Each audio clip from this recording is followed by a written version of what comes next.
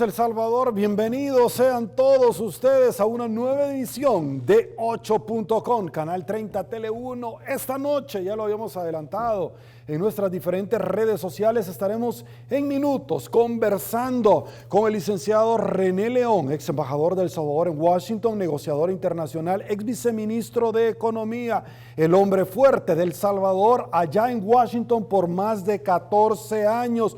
El hombre responsable del TPS en nuestro país también, de haber negociado un tratado de libre comercio, de haber llegado a un feliz término con relación a la ley NACARA y que ésta tuviera prerrogativas para los connacionales salvadoreños que residen en aquel país del norte, entre otros esfuerzos. Hablaremos esta noche de diferentes temáticas, por supuesto, sobre estos hechos. Han llegado ya a una culminación donde ya no hay marcha atrás. Estaremos haciendo un análisis económico de la falta de las remesas para nuestro país, qué es lo que ha de venir. Estados Unidos se alista en menos de 40 días de ir a los comicios electorales y elegir quién va a ser el próximo presidente por 4 años más de los Estados Unidos. ¿Qué simbiosis, qué relación se va a tener con esto en nuestro país? Estas y otras respuestas en minutitos. Aguánteme un ratito porque antes les recuerdo que septiembre está por finalizar. Aproveche, señores, porque lo que usted estaba esperando, momentos que nunca cambian. Septiembre, donas de Mr. Donut al 2x1. Les presentamos el correspondiente resumen a efectos de ilustración de los actores y los tópicos que han hecho noticia. Acá, arrancamos.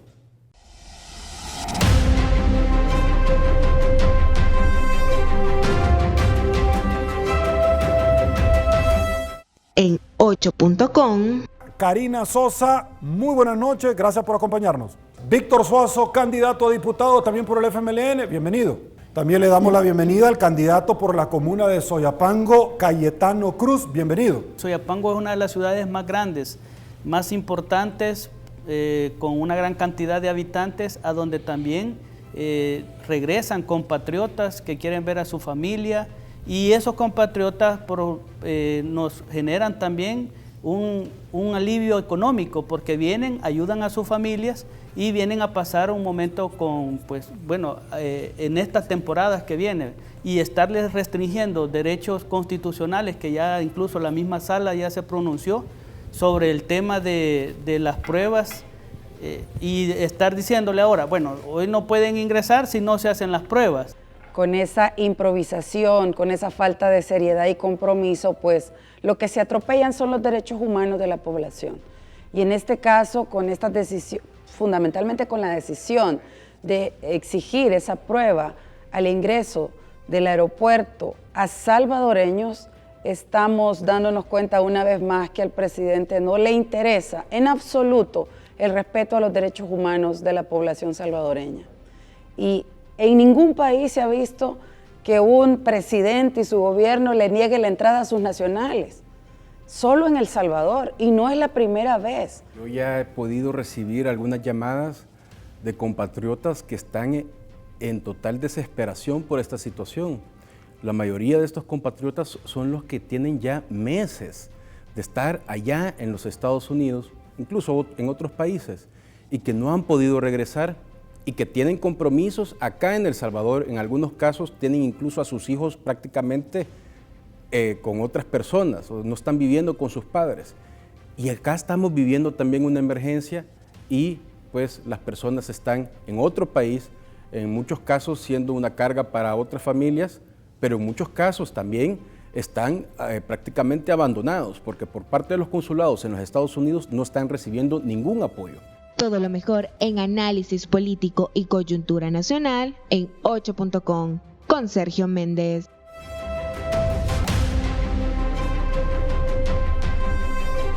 Y bueno, señores, nos incorporamos a esta tribuna de entrevista y con el mayor de los placeres le damos la bienvenida a nuestro invitado de esta noche, el ex embajador de El Salvador en Washington, ex viceministro de Economía y negociador internacional en una gran cantidad de palmareses. Nos referimos al licenciado René León. Licenciado, muy buenas noches, bienvenido, gracias por acompañarnos. Buenas noches, Sergio, para ti y para toda tu teleaudiencia. Es un placer estar contigo esta noche. Gracias. Tenemos muchísimo que conversar esta noche con usted. y lo queremos aprovechar al máximo. Y uno de ellos es el tema, por supuesto, de haber llegado a un feliz término de la ejecución de los fondos de la MCC, el segundo compacto Fomilenio. Licenciado León, entre otras cosas, usted es el responsable de haber dado al país en su momento muy buena cantidad de prerrogativas, y una de ellas es precisamente. El gobierno de El Salvador, nos dimos cuenta luego de escuchar a Ricardo Tablas y a William Pleites, encargados de Fomilenio, que no se pidió una prórroga, ni tampoco se tenía la contrapartida presupuestaria que requería estos fondos, de los cuales habían sido entregados no reembolsables para El Salvador. Licenciado, ¿cuál es su análisis de esto? Porque El Salvador pierde la ejecución de estos fondos ahora, primero en la zona norte y ahora en la zona costera de nuestro país. ¿Su opinión? Bueno, yo creo que efectivamente Fomilenio llega a su fin, Fomilenio 2, y no necesariamente de una manera feliz, Sergio. Creo que Fomilenio 2 es un proyecto que queda interrumpido. 36 proyectos que todavía estaban en ejecución ya no van a tener el apoyo del gobierno de los Estados Unidos para su culminación.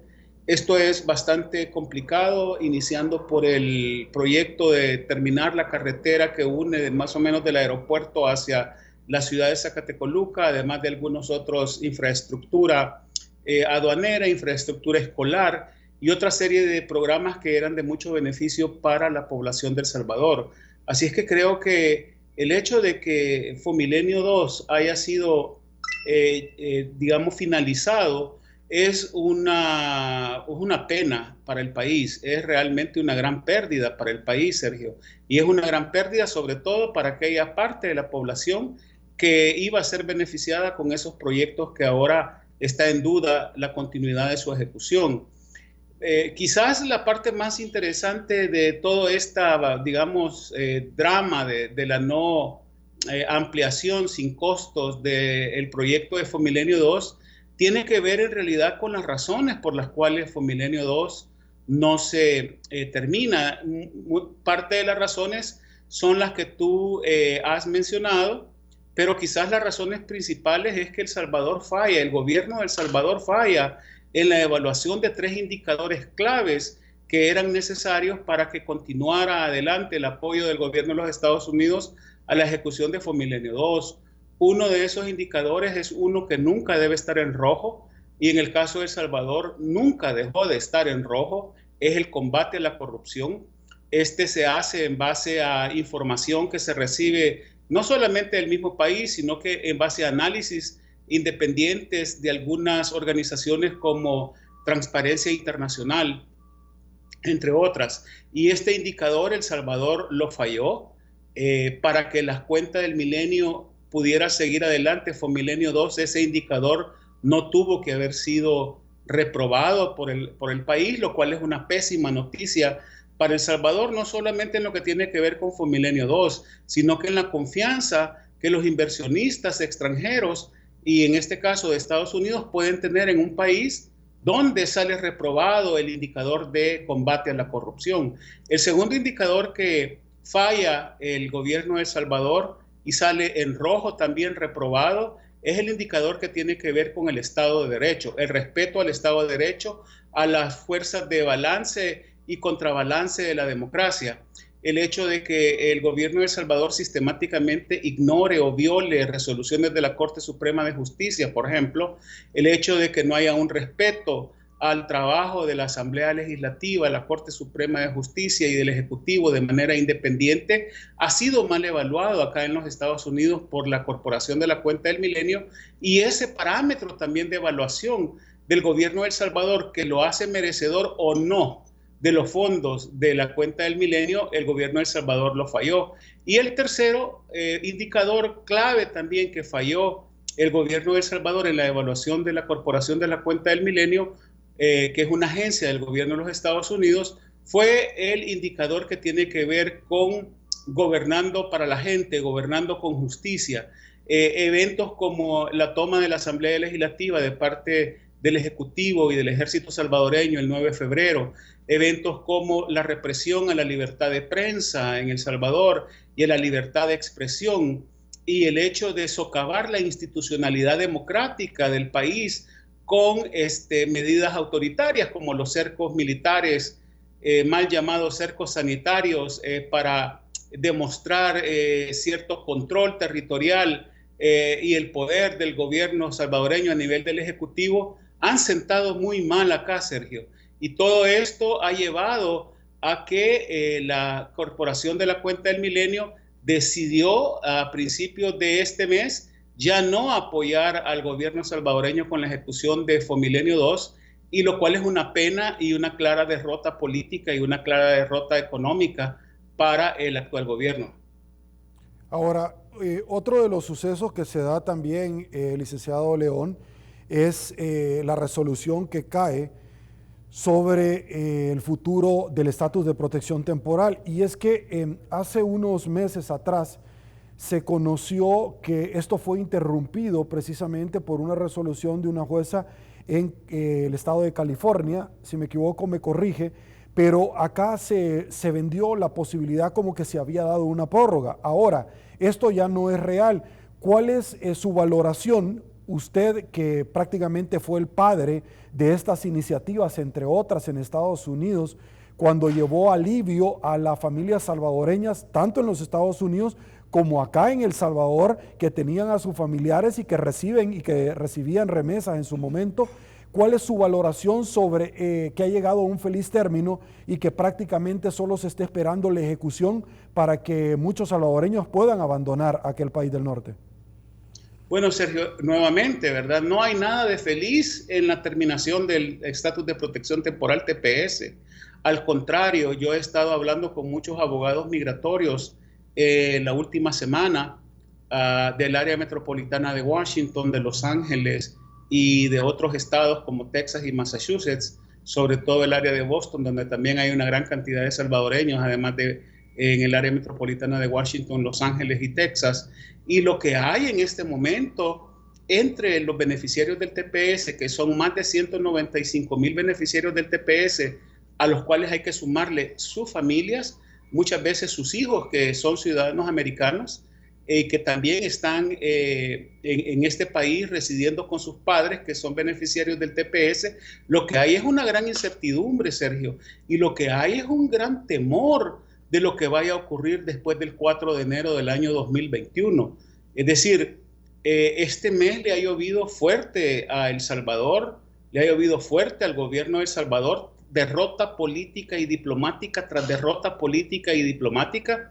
El hecho de que el TPS culmine al 4 de enero de este año puede poner en riesgo de autodeportación voluntaria o de deportación a una gran cantidad de salvadoreños. Yo considero que por lo menos 195,000 salvadoreños que también trabajan en Estados Unidos desde el año 2001, han tenido un estatus legal en los Estados Unidos desde el año 2001, han hecho su vida en los Estados Unidos, han adquirido casas, pagan impuestos, han adquirido propiedades, muchos de ellos tienen negocios y le dan incluso empleo a ciudadanos de los Estados Unidos a través de sus negocios. Conozco casos en Georgia, Atlanta, Georgia, conozco casos en Florida, en Texas, de salvadoreños que tienen negocios y que crean fuentes de empleo, además que, como te decía, pagan sus impuestos y que además han tenido un permiso legal para permanecer y residir en los Estados Unidos.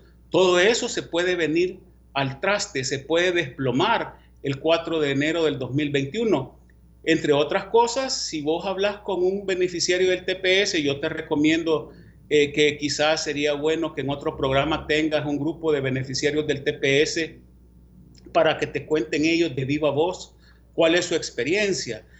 Además de esto, podés invitar también a miembros de organizaciones pro-migratorias como la Alianza TPS para que te comenten cuál es el ambiente aquí en los Estados Unidos después de esta decisión de esta jueza del 9º Circuito de California, en la cual estos jueces, porque son 3, en una decisión 2-1, deciden que el presidente Donald Trump de los Estados Unidos tiene todas las facultades y el derecho constitucional en este país para poder dar por terminado el TPS tal como él lo decidió prácticamente 2 años y medio atrás. Si hablas con una persona que tiene TPS y le decís, enséñeme su permiso de trabajo, te vas a dar cuenta que su permiso de trabajo en los Estados Unidos está vencido.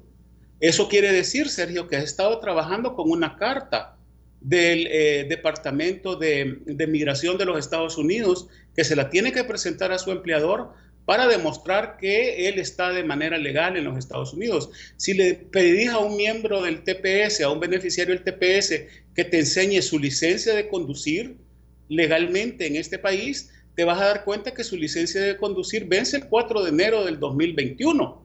Entonces, sin un permiso de trabajo que sea renovado a partir del 4 de enero del 2021, sin una licencia de conducir que permita demostrar que es una persona que tiene todos sus papeles migratorios en regla en este país, esa persona está destinada a que sea despedida por su empleador, está destinada a irse a la clandestinidad económica en los Estados Unidos y perderse entre los miles de inmigrantes indocumentados que hay en los Estados Unidos. Esto va a tener un efecto tremendamente grande en los beneficiarios del TPS. Va a haber separación de familias, puede haber mucho desempleo entre miembros del TPS que ahora tienen buenos trabajos, que ahora están trabajando prácticamente en lo que han estudiado, en lo que saben, y que de repente se van a ir a tener que cortar grama o se van a ir a tener que esconder, como se esconden millones de indocumentados en este país.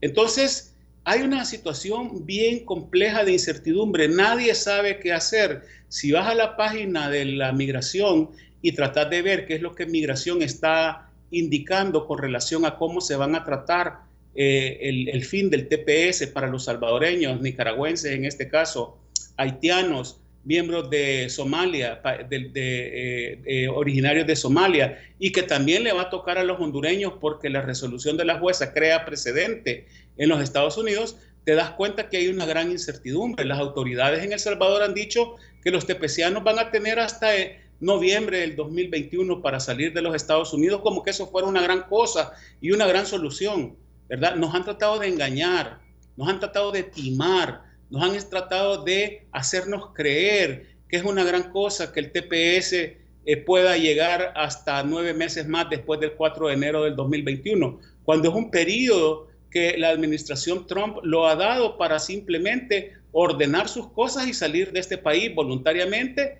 o ser deportados o irse a la economía clandestina. La finalización del TPS, Sergio, es una derrota política más, es una derrota diplomática más del gobierno actual de El Salvador. Es una vergüenza haberlo dejado a pesar de que se vanaglorian en El Salvador, el presidente Bukele decir que Estados Unidos es su socio y amigo y de que el embajador de los Estados Unidos es el principal aliado de El Salvador.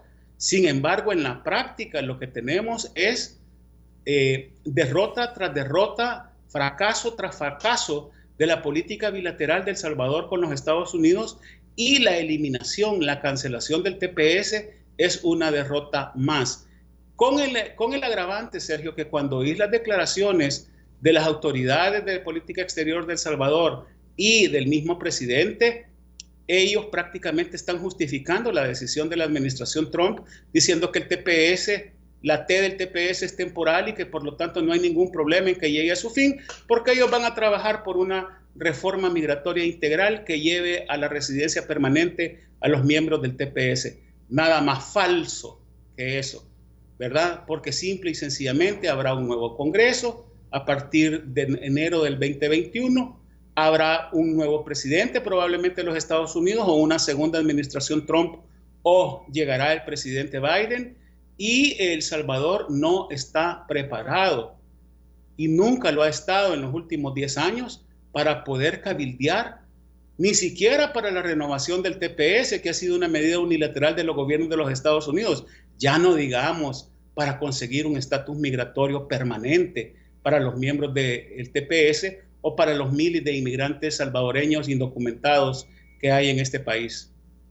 Ahora, sobre esta misma línea del estatus de protección temporal, licenciado León, llama la atención porque cuando uno escucha a ciertas personas decir, mire, es que nuestras esperanzas estaban sobre las buenas relaciones de amistad, de aliados que tiene el presidente de El Salvador con el embajador, con el gobierno de los Estados Unidos. Llama la atención porque luego cambian el discurso y señalan, no, pero este no es problema del presidente, el que no lo haya conseguido. Entiendo, licenciado León, que la renovación del TPS no es una decisión del ente bicameral, es una decisión de la administración del presidente Donald Trump. Por lo tanto, el presidente Trump en su política antiinmigrante ha determinado no ir más allá.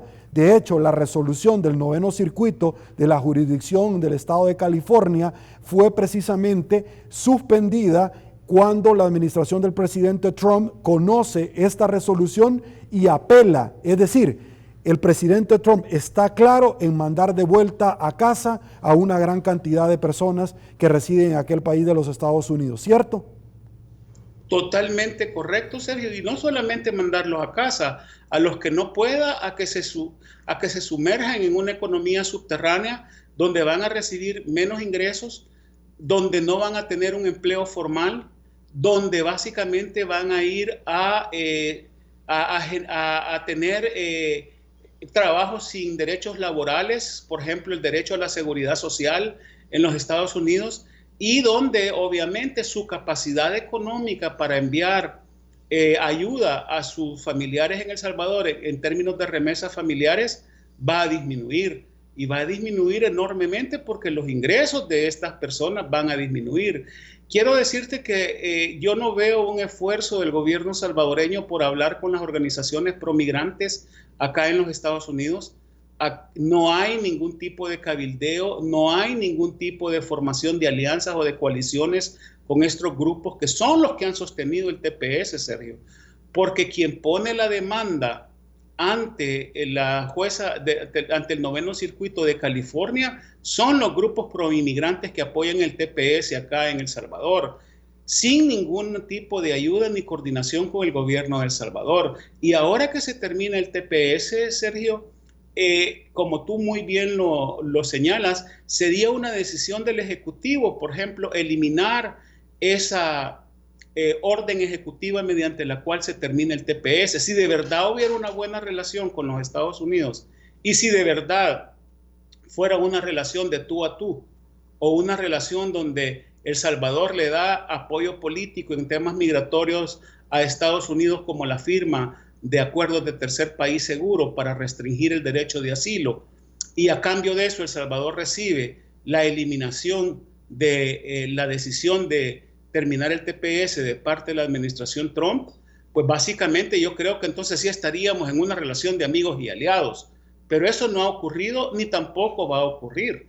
En otras palabras, Sergio, las únicas esperanzas que hay para los salvadoreños que en este momento están amparados al TPS y que están viviendo en esta gran incertidumbre es que se tomen más tácticas dilatorias, que se apele la decisión de estos 3 jueces del 9º Circuito de California y se lleve esto al pleno de esa jurisdicción, es decir, que ya no sean 3 jueces los que tomen la decisión, sino que esta decisión sea ratificada por el 9º Circuito en pleno, si no me equivoco son 21 jueces. Creo que esta decisión también se va a perder a nivel de elevar esto al pleno del 9º Circuito, pero va a permitir ganar tiempo. Probablemente va a permitir ganar unos cuantos meses, ¿verdad? Si el 9º Circuito, depende de cuánto se tarde viendo esta apelación. El gobierno de El Salvador ni siquiera es amicus curiae del proceso. Es decir, las organizaciones migratorias de los Estados Unidos, pro inmigrantes, pro TPS, están trabajando ellas solas, Sergio. Al gobierno no le interesa, al gobierno de El Salvador no le interesa esto. Le interesa justificar más bien la decisión de su amigo y aliado, el presidente Trump, ¿verdad? Y entonces, Sergio, después ellos dicen, en la estrategia de estas organizaciones promigratorias, vamos a elevar esto a la Corte Suprema de Justicia. Ahora que la jueza acaba de morir la jueza de 87 años, venerable miembro de la Corte Suprema de Justicia de los Estados Unidos. El presidente Trump está tratando de llevar a otro de sus aliados, a una mujer conservadora, antiinmigrante, a la Corte Suprema de Justicia. Aunque le vemos esta resolución del TPS, de terminar el TPS a la Corte Suprema de Justicia, la vamos a perder, porque ahora la Corte Suprema de Justicia va a tener 6 jueces conservadores antiinmigrantes y 3 jueces liberales proinmigrantes. Sin embargo, entiendo la estrategia de las organizaciones proinmigrantes. La estrategia de las organizaciones proinmigrantes es ganar tiempo. ¿Ganar tiempo frente a qué? Frente a los resultados de las elecciones del 3 de noviembre en este país, donde no solamente se va a decidir quién va a ser el próximo presidente de los Estados Unidos en los siguientes 4 años, sino también, Sergio, se va a decidir las mayorías en ambas cámaras del Senado y de la Casa de Representantes del Congreso de los Estados Unidos, donde los demócratas tienen una buena posibilidad de ganar la Casa Blanca y de ganar el control del Senado y mantener el control de la Casa de Representantes, y donde se puede generar un ambiente político también para que si gana el presidente Biden revierta la decisión del presidente Trump, o en el caso de que los demócratas ganen el Senado y controlen también la Casa de Representantes, poder tener otro tipo de conversaciones para otro tipo de arreglos. Pero ese es un cálculo político y una decisión política en una estrategia claramente definida de las organizaciones promigrantes de este país. No es una estrategia del gobierno salvadoreño que habla por hablar, que da declaraciones por dar declaraciones, sin tener la más mínima idea de qué hacer y cómo hacerlo. Sobre estas mismas líneas, muchos amigos televidentes en las redes del canal destacan algo que me parece interesante. Uno, primero me dicen, Sergio, el gobierno de El Salvador se ha llenado la boca diciendo que es aliado de los Estados Unidos. Más allá de eso, de fotografías del embajador con el presidente, no hemos visto absolutamente nada que el país haya ganado. Número uno, ponen un tuit de la canciller Alexandra Gil Tinoco, y donde dice, en su discurso ante la ONU, el presidente Donald Trump nos mencionó a El Salvador, que realiza conjunto con los Estados Unidos para disminuir la migración irregular. Como país seguimos comprometidos en generar mejores condiciones de vida para los salvadoreños. Dice el amigo televidente, Sergio, ¿y cuáles son las mejores condiciones de vida? El presidente mencionó de los Estados Unidos a México, mencionó a Honduras, mencionó a un montón de países, no solamente El Salvador, que es lo que dice la canciller, y más adelante hay 2 comentarios. Uno, José Alejandro Álvarez, que dice, mire canciller, y usted ya se enteró que ya no hay más TPS. ¿Qué hicieron con las y los varados? ¿Cuál es el plan que tienen para mantener las relaciones con un presidente que nos llamó, bueno, una palabra peyorativa? Estaré pendiente de sus respuestas. No llegó la respuesta. Alan Martínez dice, todo lo del TPS sigue, eso no termina, dice Alan. Aunque no terminó cuando relaciones estaban mal con el FMLN, mucho menos ahora con el presidente, que ha hecho una buena relación. Embajador, su opinión. Bueno, mira Sergio, vamos a juzgar por los hechos, no por las palabras ni por los discursos, ¿verdad? Si vos ves los hechos, el gobierno de El Salvador ha sido un gobierno sumiso a los intereses de los Estados Unidos en materia migratoria.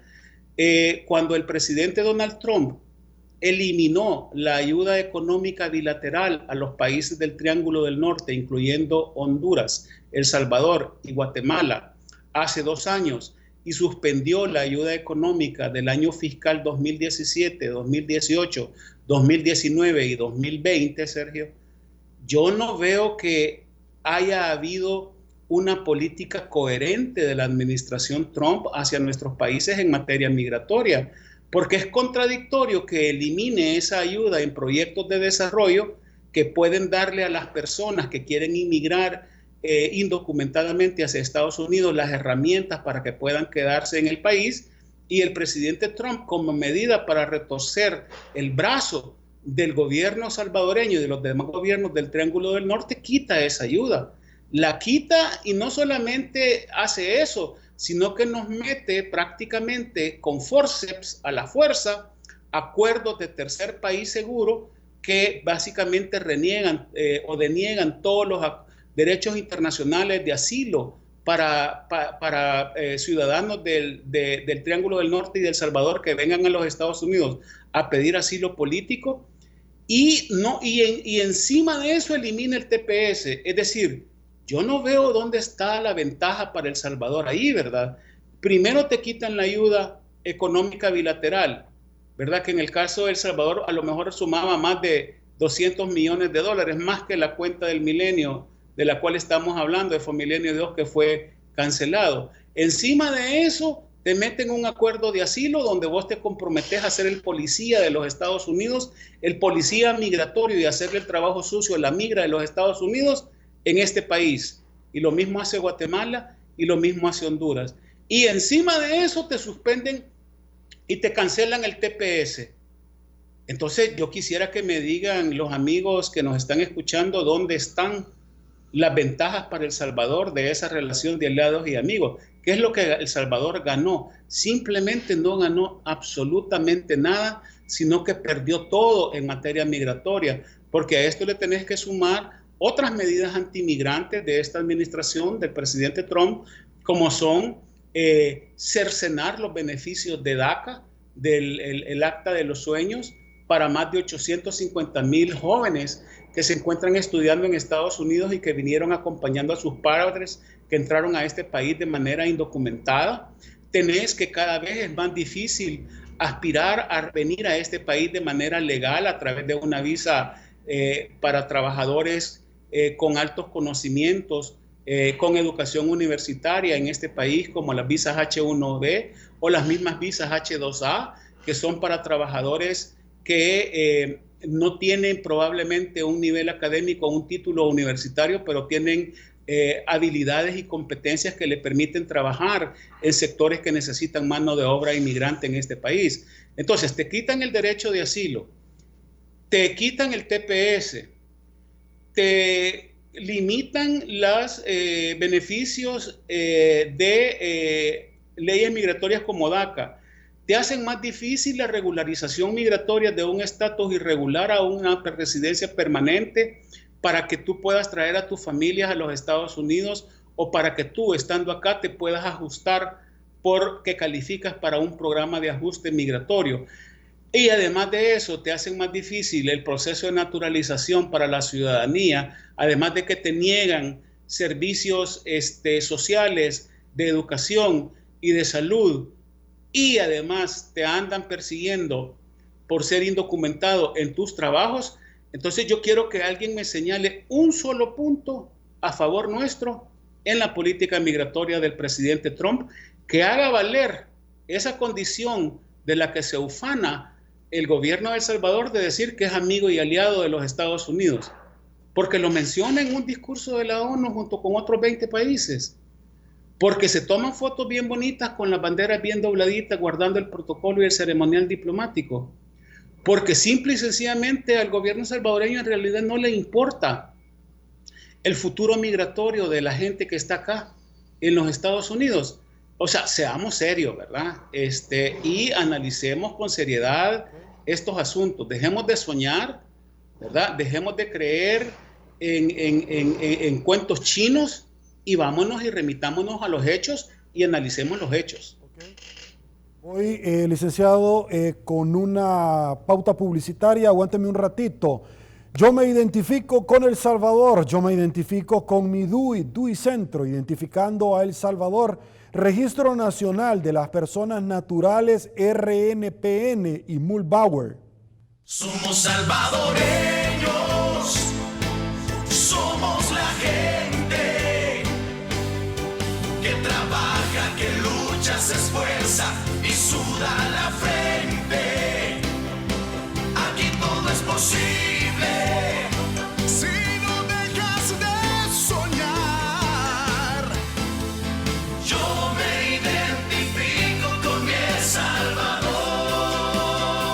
Yo me identifico con mi DUI. Norte y Centro, identificando a El Salvador.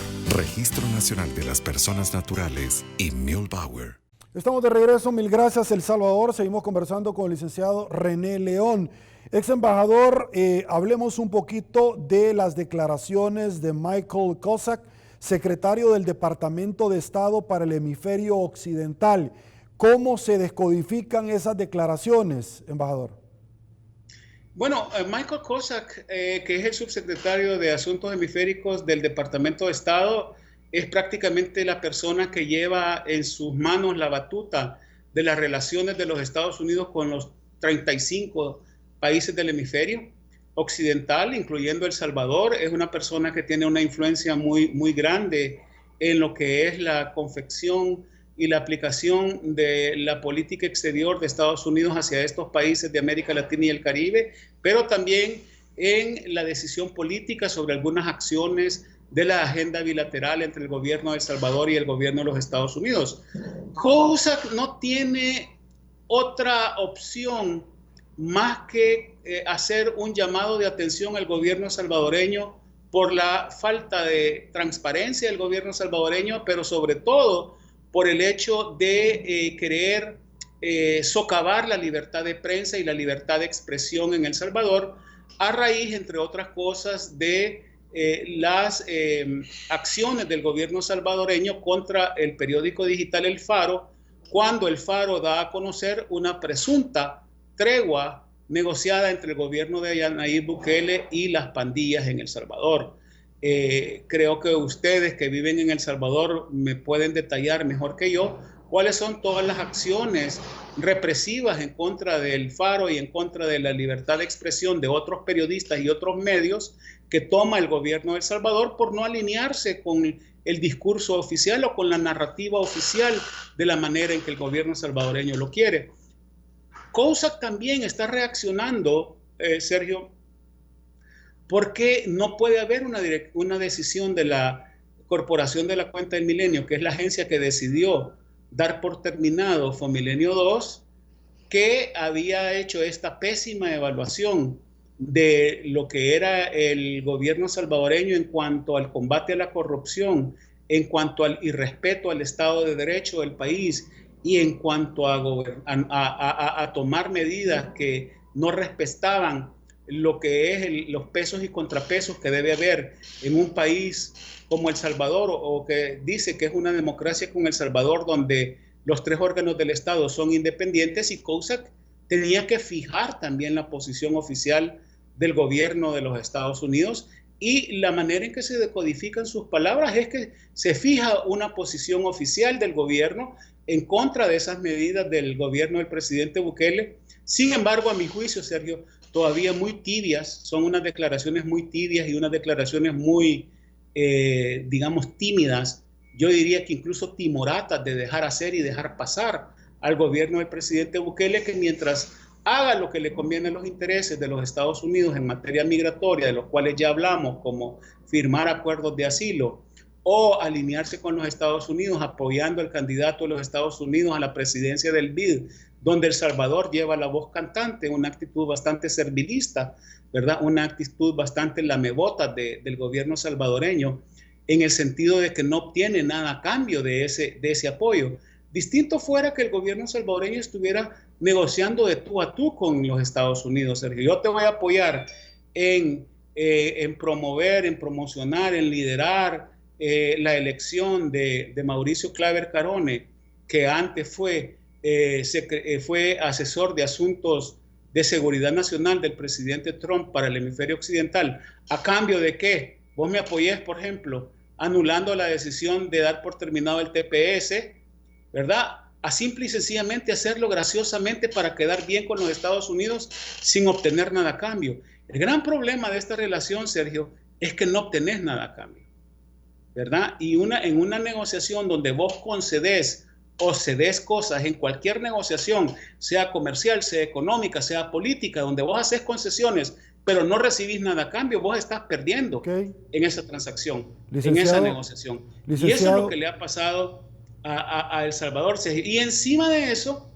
Kozak no podía hacer otra cosa sino sentar una posición, aunque sea tímida, aunque sea floja del gobierno de los Estados Unidos, cuando esa misma semana había habido la carta de un grupo de senadores demócratas, 2 senadores demócratas como Leahy y como Cardin, y un grupo como de 10 diputados de la Casa de Representantes, entre ellos 2 muy importantes, incluyendo al diputado Engels y a la presidenta del Comité de Medios y Arbitrios de la Casa de Representantes, que es la que, entre otras cosas, aprueba en su comité los presupuestos de los Estados Unidos, aprueba también las asignaciones para ayuda exterior de los Estados Unidos.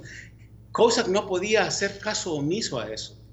Cosa que se tenía que sumar a esa serie de acontecimientos que han sucedido en este mes de septiembre, que no ha terminado, que han sido francamente reveses diplomáticos y políticos para el gobierno del presidente Bukele. Y el que no lo quiera admitir es porque es ignorante o porque no conoce cómo se manejan los asuntos políticos en las esferas de la Casa Blanca y del Congreso en los Estados Unidos, o porque simplemente es un fanático ciego de este gobierno y no importa qué pase, siempre lo va a apoyar. O las 3 cosas anteriores, ¿verdad? Porque yo conozco algunos funcionarios públicos en El Salvador que cumplen con esos 3 requisitos. No conocen cómo funciona la Casa Blanca y cómo funciona la interacción de la Casa Blanca con el Congreso, ¿verdad?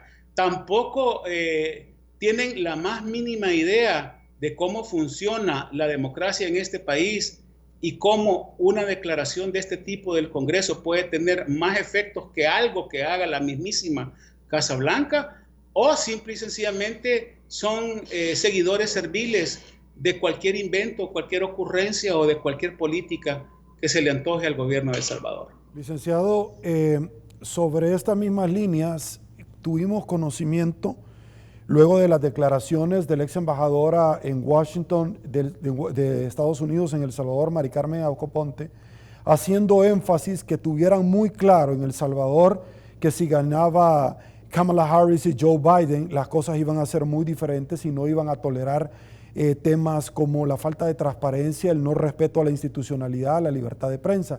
Entiendo, tuvimos conocimiento que esta semana también hubo una reunión donde disertaron y estuvo no solamente Mari Carmen Aponte, sino que Ann Patterson, entre otras personalidades, y que dejaron claro cuál sería el rumbo del país de no seguir respetando la institucionalidad. ¿Qué información se tiene con relación a eso? Bueno, Sergio, yo te puedo decir, como la reunión fue pública, yo te puedo pública en el sentido de que no fue off the record, ¿verdad? Yo te puedo decir que yo estuve en esa reunión. Y no solamente estuvieron la ex embajadora Aponte y la ex embajadora Ann Patterson, a las que yo conozco muy bien, incluso a nivel personal, sino que estuvo en esa conferencia participamos por lo menos 300 personas, Sergio. De estas 300 personas, por lo menos, yo diría que el 25% son exfuncionarios de administraciones anteriores que han tenido que ver con la definición de política exterior del gobierno de los Estados Unidos hacia el hemisferio occidental y que han tenido que ver mucho en la ejecución y definición de la agenda bilateral entre Estados Unidos y El Salvador. No solamente estuvo Ann Patterson, no solamente estuvo la embajadora Aponte, quien ha dado declaraciones públicas similares a las opiniones que ella expresó en este foro. También estuvo Lino Gutiérrez, ex embajador de Estados Unidos en Honduras. También estuvo Valenzuela, ex asesor y un halcón de la política exterior del presidente Obama y del presidente Clinton hacia Centroamérica. Michael Shifter, una gran cantidad de gente, la misma Roberta Jacobs, ex embajadora de Estados Unidos en México y ex ¿cómo se llama? Vicesecretaria de Estado para Asuntos Hemisféricos en el caso de este país. Es decir, estuvo la crema innata de gente que influye en la definición de la política exterior de los Estados Unidos hacia el hemisferio, pero también hacia El Salvador. Y ahí efectivamente se habló de los diferentes escenarios políticos que pueden surgir, Sergio, después de las elecciones del 3 de noviembre.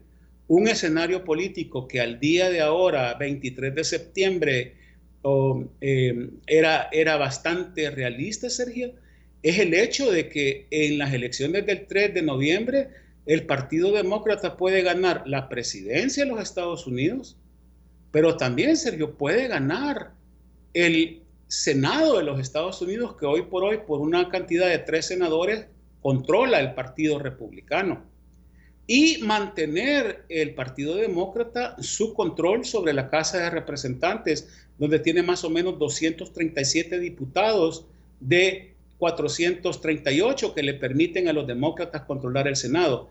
En un hat trick, así como hay en el fútbol hat tricks, puede haber un hat trick demócrata el 3 de noviembre. No nos olvidemos que las elecciones no solamente son de presidentes el 3 de noviembre en este país, y que al día de ahora Joe Biden lleva una ventaja que se va disminuyendo, estrecha, de 6 puntos a nivel nacional sobre el presidente Trump para ganar las elecciones. O sea, lo que está hablando Mari Carmen Aponte hoy, este día, es una realidad. La administración de los Estados Unidos por los siguientes 4 años, o el gobierno de los Estados Unidos, puede quedar en manos de los demócratas. Y los demócratas son los que han venido desde hace tiempo señalando sistemáticamente las medidas dictatoriales y los abusos de poder del presidente Bukele, no solamente desde la toma de la Asamblea Legislativa y su militarización el 9 de febrero, sino que desde antes, con una serie de medidas que ellos han visto que hay un irrespeto muy grande a la institucionalidad, y que hay medidas que francamente, como lo dice Mari Carmen Aponte en sus declaraciones a la prensa, no convierten a Bukele en un dictador, pero Bukele empieza a tener cola de pato, alas de pato, patas de pato, y le empieza a hacer cuac cuac, ¿verdad? Es decir, está bien cerca a convertirse en un dictador si camina por si sigue caminando por ese sendero. Y si eso ocurre, Sergio, tened por seguro que una administración demócrata liderada por Biden y apoyada por un Senado demócrata y por una Casa de Representantes demócrata, no va a ser tibia, no va a ser timorata o tímida, no va a ser floja contra el gobierno de El Salvador, y va a usar una serie de mecanismos para poder presionar al gobierno salvadoreño a que respete las leyes fundamentales de una democracia, sobre todo de una democracia funcional en una república. Okay. Y eso va a ocurrir. Y ellos ahí mencionaron el tipo de medidas que se pueden usar: eliminación de visas para funcionarios públicos, congelamiento de activos financieros de funcionarios públicos en los Estados Unidos, acusación de funcionarios públicos por lavado de dinero y por lavado de activos, e incluso llegaron a mencionar medidas como las que están contempladas en el NICA Act, que se han aplicado al régimen de Ortega. Es decir, no es que aquí nadie esté pensando, Sergio, en qué es lo que va a pasar en Estados Unidos y cuál va a ser la política de Estados Unidos hacia El Salvador en los próximos 4 años. Ya se está discutiendo, Sergio. Ya se están valorando los diferentes escenarios y ya se está midiendo cuál sería el impacto de un nuevo gobierno en El Salvador, en el plano político, en el plano institucional, en el plano económico, en el plano de seguridad y en diversas áreas de la agenda bilateral de El Salvador con los Estados Unidos. Así es que mucho cuidado, porque creo que el gran pecado del gobierno de Bukele ha sido apostarle todo al gobierno del presidente Trump. No buscar acuerdos bipartidistas en el Congreso de los Estados Unidos, ni en la medida en que el gobierno salvaguarda, si es que lo hace, ¿verdad? El hecho de no tener embajador en Washington me indica que ni siquiera lo quiere hacer, los intereses de los salvadoreños acá. Termino con un consejo gratis, Sergio. Hay que buscar el bipartidismo. Lo que es en Estados Unidos más valioso es el apoyo bipartidista del Partido Republicano y del Partido Demócrata, del Congreso y de la Casa Blanca a los intereses de El Salvador en los Estados Unidos. De eso no se ha hecho nada, Sergio. Toda la política exterior y bilateral de El Salvador con los Estados Unidos se ha manejado desde San Salvador. Craso error. Okay, tengo una pregunta última, pero aguánteme un ratito porque tengo consejos. Señores, Chocomeller es ideal para combinar con cualquier fruta congelada, ya sean banano, fresa, uva, kiwi, etc. Encuéntralos en supermercados y tiendas de mayoreo. Chocomeller es calidad Meller. Embajador, ¿qué tan cierto conocimos? Porque así fue determinado, pero Patrick Murray determinó en una cuenta donde el gobierno de El Salvador iba a viajar hacia la Florida. De hecho, el embajador de Estados Unidos ya se había adelantado para traer una fuerte inversión al país, pero de pronto se supo que no había encontrado eco para obtener una reunión con la administración del presidente Donald Trump, ni tampoco hubieron empresarios en El Salvador que estaban interesados en poder acompañar la comitiva. ¿Qué tan cierto es eso? Bueno, es tan cierto que el mismo presidente Bukele lo dio a conocer.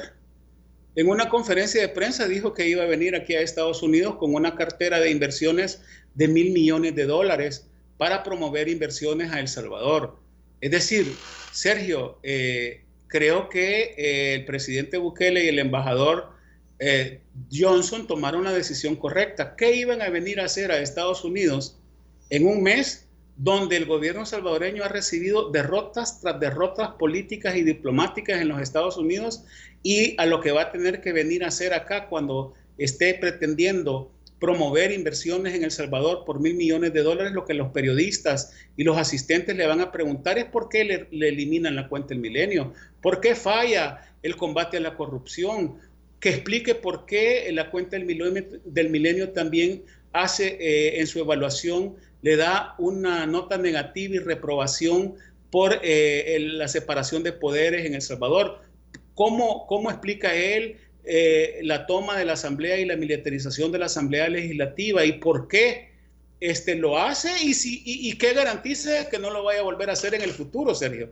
Es obvio que el ambiente político que se generó en Washington este mes fue un ambiente totalmente adverso. No había una tan sola buena noticia en Washington que favoreciera al gobierno salvadoreño, incluyendo la decisión de la Corte del Noveno Circuito de dar por terminado el TPS, incluyendo la carta de congresistas y diputados del Congreso de los Estados Unidos, donde condenaban al gobierno de Bukele por no respetar la libertad de prensa y la libertad de expresión, donde se había dado por cancelado también la cuenta del Milenio, y donde había habido una declaración de Michael Cossack, tímida y como querás, pero por lo menos sentando posición con relación a que el gobierno de Bukele debería de respetar los principios básicos de la democracia. ¿A qué iba a venir el gobierno de Bukele? ¿Quién le iba a creer de que su gobierno da condiciones de estabilidad política y da condiciones de certidumbre a que empresas americanas inviertan $1.000 millones en El Salvador? Por favor, si lo que hubiera pasado es el 99% del tiempo dando explicaciones a esas derrotas y a esos fracasos diplomáticos y políticos. Listo. Entonces creo que tomaron una excelente decisión, no venir. Creo que es la decisión más juiciosa que pudieron tomar.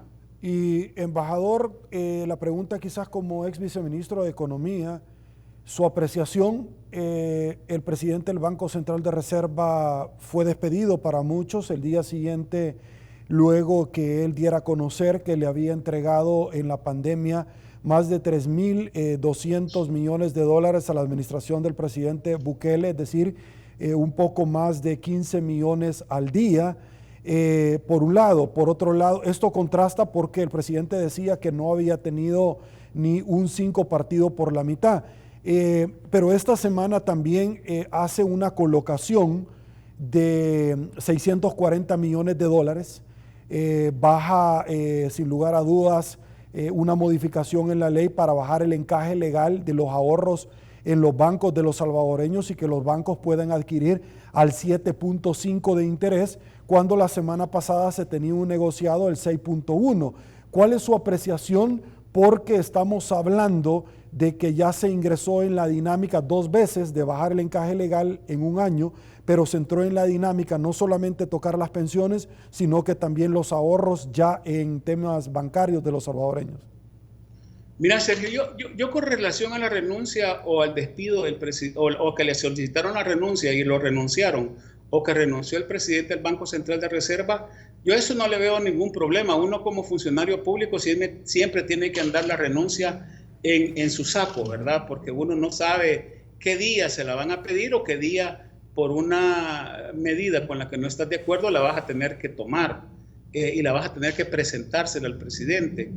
Yo creo que lo interesante de las declaraciones del expresidente del Banco Central de Reserva ante esta comisión de la Asamblea Legislativa es que básicamente desenmascara las medias verdades que dice el presidente de El Salvador. Es cierto que el presidente no había recibido ni un centavo partido por la mitad de los préstamos que le había aprobado la Asamblea Legislativa, porque no habían cumplido con el proceso de asignación y con los debidos procesos para tener disponibilidad de esos fondos. Pero es falso que el presidente y su gobierno no hayan tenido acceso a fondos, sobre todo a fondos que no eran parte de ese paquete, como son la venta de CETES y de LETES, y efectivamente usando medidas populistas para que los bancos los puedan comprar a altas tasas de interés, ¿verdad? Bajando el encaje legal o bolseando a instituciones como el Seguro Social o agarrando dinero de donaciones, Sergio. Y es cierto que el gobierno dispuso de ese dinero inmediatamente después de la pandemia y que pudo haber hecho uso de ese dinero para la pandemia. Y si no, ¿cómo financió los $300 a la población? Y si no, ¿cómo financió las canastas? Y si no, ¿cómo financió el Hospital El Salvador? Otra cosa que podamos decir es que ahí hubieron malos manejos, yo lo que sí creo que hubo, y lo tiene que investigar la Corte de Cuentas y la Fiscalía General de la República, es malversación de fondos como mínimo, ¿verdad? Y para que hayan habido fondos malversados o hayan habido fondos donde se hicieron transacciones donde se pudieron haber cometido actos de corrupción, es obvio que tuvo que haber disponibilidad de recursos. Así es de que el presidente del Banco Central de Reserva, por fin, un técnico del gobierno de El Salvador, tiene la interesa moral, la interesa técnica, la interesa ética de decir la verdad.